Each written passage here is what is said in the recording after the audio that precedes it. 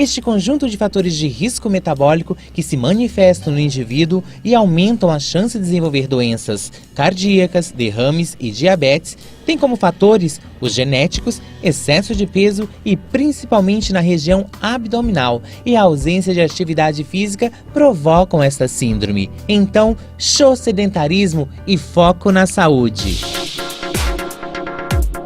A síndrome metabólica, ou síndrome X, ou síndrome do quarteto mortal, foi uma síndrome caracterizada e estudada pelo Dr. Hervans em 1989, que tem como gênese a resistência insulínica. O que é isso? É a dificuldade em que o organismo tem de pegar a glicose circulante no sangue e colocar para dentro da célula, associado, claro, ao consumo exacerbado de quilocalorias. Enfatizando que a gênese,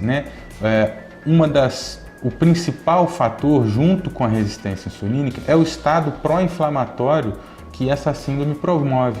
É um estado pró-inflamatório de todo o corpo, principalmente das células adiposas, do tecido muscular e no hipotálamo, principalmente na região hipotalâmica, onde nós temos o regulador da fome, né? Então, se a gente inflama quem modula a nossa fome, a gente acaba tendo mais fome do que o habitual.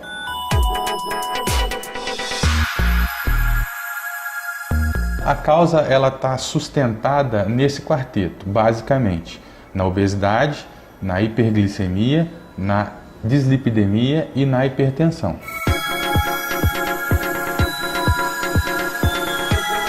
O diagnóstico ele foi definido e moldado ao longo dos anos, né? A primeira definição que se teve foi em 98, mas nós acabamos tendo muito erros de aferições. Então, em 2006, uma junta médica, junto com o doutor que o definiu, caracterizamos alguns pontos. Quais são eles? Primeiro, você tem que ter obesidade central, né, ou vamos colocar um IMC acima de 30, e 2 ou mais fatores desses 5 que nós vamos citar para vocês. A circunferência abdominal.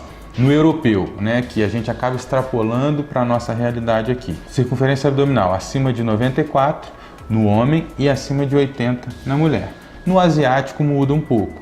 No homem acima de 90 e na mulher acima de 80. A glicemia de jejum alterado, a hiperglicemia, uma glicemia acima de 110. Ou uma glicemia pós-prandial, após 2 horas, acima de 140. O HDL colesterol, que é o colesterol bom, abaixo de 40 no homem e abaixo de 50 na mulher. O triglicerídeo acima de 150 em ambos e a pressão arterial acima de 130 por 85.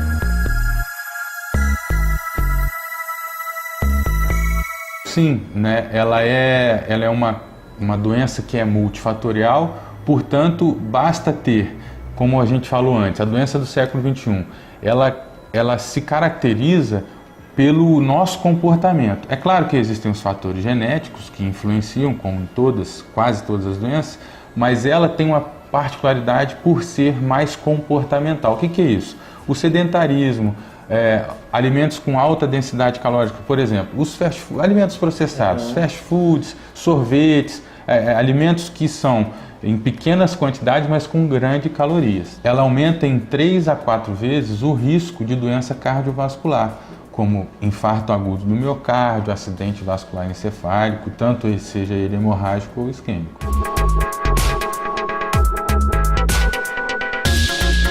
O tratamento ele é embasado nesses 4 pilares basicamente. Nós temos que corrigir a obesidade, nós temos que corrigir o colesterol ruim, nós temos que corrigir a hiperglicemia, nós temos que corrigir a pressão e lembrar que para cada indivíduo existe uma particularidade.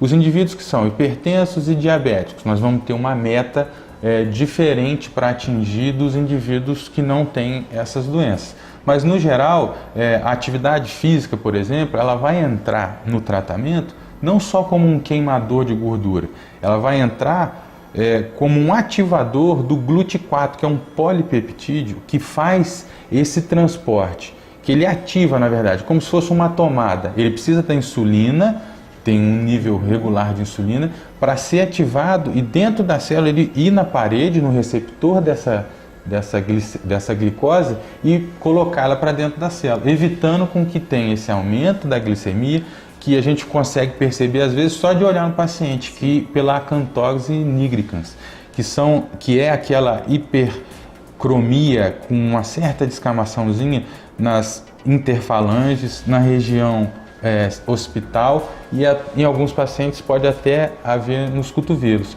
que muitas das vezes as pessoas confundem, aquilo ali é uma sujeira. Não, pacientes acima do peso e que apresentam acantose nigricans, ou as mulheres, por exemplo, que têm a síndrome do ovário policístico, elas têm um risco um pouco maior. Lembrar que a gênese da doença está diretamente relacionada a essa resistência insulínica.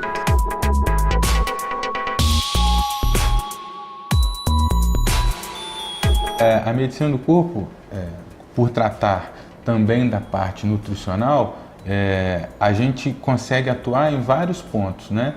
Para dar o diagnóstico, a gente tem que ter a ajuda do exame laboratorial e de uma bioimpedância, porque acaba se somando um ao outro e a gente consegue, quanto maior a quantidade e o arsenal que nós temos, melhor a acurácia que a gente consegue desenvolver. A medicina do corpo, ela está tanto para o tratamento de doenças quanto para a promoção de saúde.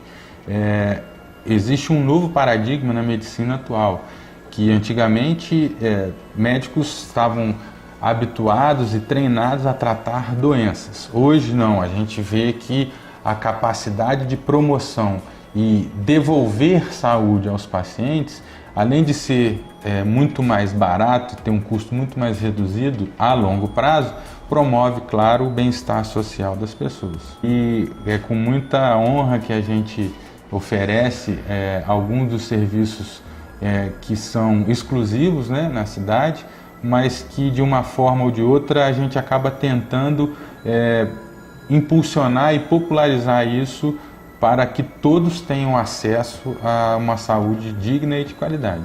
Medicina do corpo, a beleza de ser saudável.